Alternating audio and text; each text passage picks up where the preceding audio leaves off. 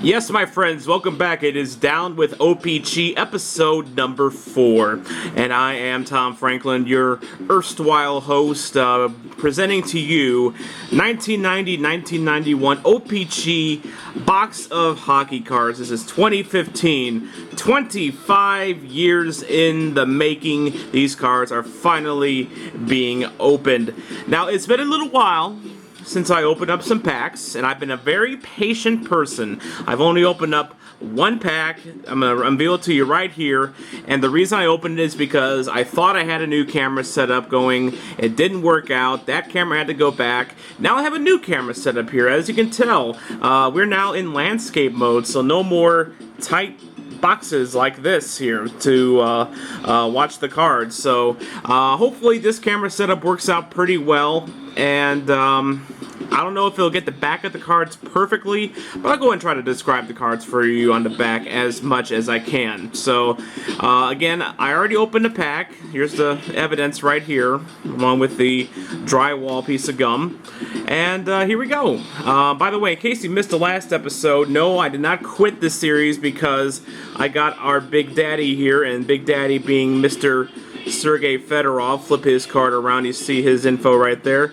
Nice clarity with this camera, by the way. I'm very impressed so far. It didn't have the last camera that I tried this on when I opened the pack. It just has some like real crazy autofocus issues. This is pretty good. I like it. But anyway, yeah, we got the big Sergei Federov $5 card. He's not the only card we're looking for in this pack, but that was the big shark. So the complete list of cards we are looking for in this series can be read in the descriptions down below. Let's do this. First card belongs to a player that I enjoy with the St. Louis Blues when he played with them later in his career, that being Mr. Scott Young, right winger at this time for the Hartford Whalers. I know he bounced around a little bit. See some of his details if you squint a little bit. It's not the perfect clarity, but it's decent. This camera's decent. You see he is 6 foot 190, shoots right-handed, born in Clinton, Massachusetts. He would have been 23 years old when this series came out. No, I take it back. He probably would have only been 22 because he was born in October of '67. 22, 23 years old. He was a first-round choice, and you can see he was already a little productive in the pros so far. He's a former top U.S. collegiate. He's very effective at spotting teammates breaking into the open. He has an excellent attitude and is sure to keep improving. I remember that about Scott Young with the Blues. He was a good teammate. Very good teammate. I liked him. Scott Young. We have a Soviet Red Army card next here. Going to flip him the right way. Dmitry Mironov, defenseman. Played a few years in the pros. See some of his stuff there. Again, Soviets were the best with their public information, so we don't have a whole lot of stats on him at this point. But I know he played later on in his career on this side of the pond anyway. Alright, next player here is another Whaler, Mike Tomlak, left winger. Flip his card around here. Bigger guy, 6'3", 205, shoots left-handed, played for Western Ontario. He was born in '64, so he'd be about 25, 26 years old at this point. And he was signed out of the Canadian college ranks and has made rapid progress. He scored a total of 55 points in 26 games for University of Western Ontario in '88, but also contributes defensively. Mike Tomlak, ladies and gentlemen. By the way, I got ridiculed a little bit by a few of my friends on the last podcast for not knowing who a lot of these players are. Disclaimer, I am 30 years of age, which would have meant that when this box came out, I was 5. Cut me some slack, okay? Unless they were big players in NHL 94 or 95, or they, made their bones later in their career, I may not know a lot about them. Forgive me. But I just love this era of hockey, though. I wish I was there more for this era of hockey. It's very fond memories of going to the games at the old St. Louis Arena. Okay, more cards, here we go. Rob Stauber, goaltender for the Los Angeles Kings. Don't remember him playing in the league very much. He may have kicked it around a little bit. Look at this goals against average, 7.95, ladies and gentlemen. This was a high goal-scoring era, but even this was high, $7.95. I mean, that looks like the price of a Big Mac or a sandwich nowadays at a restaurant, not a goaltending average. You know, and I'm not talking about any restaurant. I'm talking about like a real fine restaurant. You go to like a really nice sit-down place, a place you take your first date to. This is the price of a basic hamburger at a very nice restaurant, $7.95. This was also Rob Stauber's goals against average in 2 games. Allowed 11 goals in 2 games. That is no way to go through life, son. And see some of his stats there. He's about 22, 23 years old at this point. He was a much coveted All-American and Hobie Baker Award winner who turned his back on the game in 1989 to return to University of Minnesota for another year. So he likes himself in education. So hopefully he prepared himself for life after the NHL. We have a well, I thought this was a Lemieux. This is a Lemellon. In fact, it is Rajon Lemellon of the Boston Bruins. Take a look at his stuff in the back here. He is 5'11", 170, shoots right-handed. Bounced around the league for a few years. You see his goals against is a little bit better than Mr. Stauber's. I think you can see that pretty good. He was in the league for a long time. In fact, in this, I'm in a 1992-1993 season hockey league, a sim league, with a few of my friends, and he's one of the old codgers in the league. He was born in 1954, ladies and gentlemen, so if he's still around today, I'll have to check that in a little bit. He would be he'd be exactly 60 years old right now. So there you go, Rajon Lemellon. Moving on, now we have Vancouver Canucks left winger Craig Cox. He is kind of remember this guy a little bit. Flip his card around here, and yeah, he was a enforcer back in his day. 6'4", 220, big guy. Played a lot with the Canucks. I probably know him because he played with the Blues for a little while. So he racked up 127 penalty minutes in 41 games played. No goals, no assists, but lots of hits and lots of fury. So Canucks are hoping that Craig will help bolster their corner. So he's going to win the corner game. Those scraps in the corner, hopefully. Hopefully he did for them this year. I remember being an enforcer, decent enforcer. Next player we got here is a St. Louis Blue. Don't remember him all too much. His name is Steve Tuttle. He is a right winger. Also shows him as a right defenseman, or an AD on the back, excuse me. He's played a couple years with the Blues. Get some information on him. He played for Wisconsin Badgers in 87-88, winning the Western Collegiate Championship and advancing to the Final Four. He scored 52 points in 35 games that year and was named an All-Star. Plays hard, but he plays clean. And he didn't play long in the NHL from all intents and purposes, I guess. So there you go, Steve Tuttle. Let me look him up real quick. I'm gonna show him. I'm gonna flip it back around here, give you some more status here. I seem to recall he may have been part of a bigger trade with the Blues, because they made a few big trades during this time period. They got Brett Hall, they dealt Gilmore, and he was drafted by the Blues. So there you go, Steve Tuttle. He was traded to the Tampa Bay Lightning later in his career. Spent time with the Peoria Rivermen. Didn't have much of a career, but he was around. Give him credit. He made the show. Steve Tuttle. All right, next card we have here is a centerman from the Washington Capitals. His name is Rob Murray, center for the Capitals. A good little player for a few years. Rob Murray. See that he would have been about 22, 23. Not a lot of pro experience at this point in time. Give you some of his rundown here from O-Pee-Chee. Rob Apprentice with two-time Leyden Division champion Peterborough in the Ontario Junior League. Well, not big by NHL standards, he often sent out when the going gets rough. Or he is often sent out when the going gets rough. Caps hope he'll thrive in the NHL's most physical division. Yes, I remember him being a physical player. Rob Murray. There you go. And another Central Red Army card to close out this episode. Well, no, we're not going to close out. We got one more pack to go. What am I talking about? I just have more time to do these episodes now. I don't have a 10-minute limit like I have with my cell phone. This gives me about 26 minutes. I just have to get the file off my phone after I'm done. So, here you go. Central Red Army card. This guy's name is Vladimir Malakov. Very nice defenseman for a few years. Quite a few years, actually, in the NHL. Good offensive defenseman. Played with the Rangers, for, I think, for the bulk of his career. Don't have a lot of stats or information on him because it is the Soviets, but there you go. Vladimir Malakov. So that's the pack that I've been waiting to sift through and sort through for a couple weeks as I've been in between recording devices. Because I want to make sure this is halfway decent. So, alright, we're going to go open up our second pack of cards.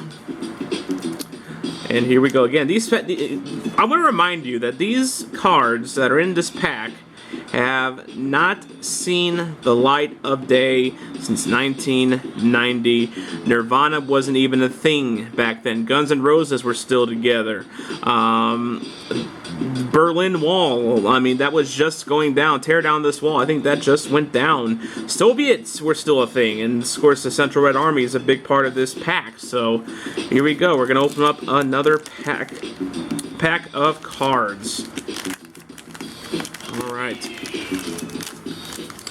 And this first card here is a guy by the name of Tim Berglund, right winger for the Capitals. Flip him around, get you some information on him. Played for, he was a Gopher at the University of Minnesota. Every time I say Minnesota, I have to say it like Minnesota. 25 years old about this time. Scored his first ever playoff goal on April 25th, 1990 in a 4-3 overtime victory over the New York Rangers. And played collegiately at the University of Minnesota for 4 seasons before joining Fort Wayne of the IHL in 1987. Fort Wayne, in case you don't know, is my home, my current home. The Fort Wayne Comets are the oldest hockey franchise, or one of the oldest hockey franchises in America right now. They're older than even my St. Louis Blues. You know, they were older than the '67 expansion teams. I mean, so always nice to see Fort Wayne get a bit of a name drop in these old cards. Tim Berglund. Next player here, good offensive defenseman for a long time. His name is Zarli Zalapsky, defenseman at this time for the Penguins. I think he went on to greater fame with the Kings later in his career. As you can see, some of his info here. He's still a youngster here, but been up and down in the league for a couple of years. Good point producer. He's been a leader on the Pens defense since his rookie season. He's exceptionally mobile and changes speed smoothly, often directing the Pens transition game. I actually wanted him in this sim league that I'm doing here. I actually wanted him in the drafts as an offensive defenseman. Didn't get him. I ended up getting some other good guys, but I always liked. He's a very good offensive defenseman. Defense, well. He is positive. He's a good offensive defenseman. So, all right, moving on to our next card as I restart our music here. We have Pelle Eklund, a center for the Philadelphia Flyers, and see some of his stats right there. Pelle carries and passes the puck with the best and has starred for Sweden in international play. Reaches his peak in the playoffs. Which makes sense since his regular season stats, at least for this era, they're pretty good. But I mean, he wasn't like a leader or anything. He was just a good, solid centerman for a long time, at least up until this point. Anyway, I'm gonna look up some more information on Pelle Eklund while you look at the back of his card. Pelle Eklund. Take a look at his Wikipedia page. Get some more info on him. He played with the Flyers up until the 93-94 season. Then he went to the Dallas Stars for a couple games. Then he decided Sweden was just the place to be. He was dealt to the Stars, had a brief stint there, finished his NHL career, and then decided he wanted to go back to Sweden. So there you go. Pelle Eklund, short but decently sweet career in the NHL. There you go. All right, next player coming up is a man by the name of Bruce Driver, defenseman for the New Jersey Devils. We'll take a look at some of his statage on the back. He is a 6', 185-pound defenseman. Just looking at his numbers here, two-way guy, a good passer. Bruce works the point on the Devils' power play. He's got a lot of assists. He had that one season where he got 15 goals right here in 1987-88. Also gets a few penalty minutes. So Bruce Driver, there you go. Moving on, we have centerman for the New Jersey Devils, the second Devil in a row, Mark Johnson. And turn around, flip him around here, and he was long on the tooth at this time. He was, well, at least in hockey years. He was born in '57, so by this season he would have been about 32, 33 years of age. Former St. Louis Blues says they got him in a trade with St. Louis in 1985, so he played very briefly for the Blues, and then he went on to the Devils. I don't think the Blues got anyone of note for him. I can't think of any big Devils they got in the 80s. Of course, 90s, you know, the Blues and Devils had their issues. The Blues had to give up Scott Stevens, who went on to become a Hall of Famer, because of the Brendan Shanahan fiasco, which, to Shanahan's credit, he also became a Hall of Famer, but also because of that, the Blues ended up losing a whole bunch of first-round draft picks. That's just a very sore spot among Blues fans. But anyway, Mark Johnson, you see some of his stuff there. And kind of an unexceptional guy, Mark Johnson. All right, we have another Soviet Red Army card. This is Sergei Zaitsev. There was actually a movie in the late 90s with Jude Law and Ralph Fiennes. Vasily Zaitsev was a sniper that Jude Law played. He was like a prolific sniper during the Battle of Stalingrad. I don't know if they're related. In fact, I'm pretty sure Vasily Zaitsev is not even a real person. You know, he might be, actually. I'll have to look at it after I record this. Anyway, Sergei Zaitsev, 5 points in 5 games. That's all we know of him. Again, Soviets not the most open with their record keeping. Here's a good player. Here is a good player. I don't think he's one of the players we're looking for, but he was a very solid player. Some of you called him Ronnie Franchise. He is Ron Francis, center for the Hartford Whalers. A very, very solid player throughout his career. Great playmaker, good goal scorer. Could play defense. He was very responsible. He is my number 1 centerman in my 92-93 hockey league. He centers a line with Brett Hull and, of all people, Valery Zelepukin. So, Ron Francis, glad to have him aboard on this card set. Another good player here, Teppo Numminen, defenseman for the, at the time, Winnipeg Jets. I think he stayed with the Jets when they moved to Phoenix. I know that. I think then he kind of bounced around a little bit, but he was a long-time member of that franchise. So, Teppo Numminen, you see here, he's only been in the league for a couple of years. The Finnish player would have been about 21, 22 when this started. Teppo joined Ellett and Olafson last year as one of the team's top offensive backliners. His steady playoff work helped Jets extend Edmonton to the limit. Played with Finland's silver medalists in the 88 Olympics at age 19. So Teppo Numminen, very solid NHLer for a long time.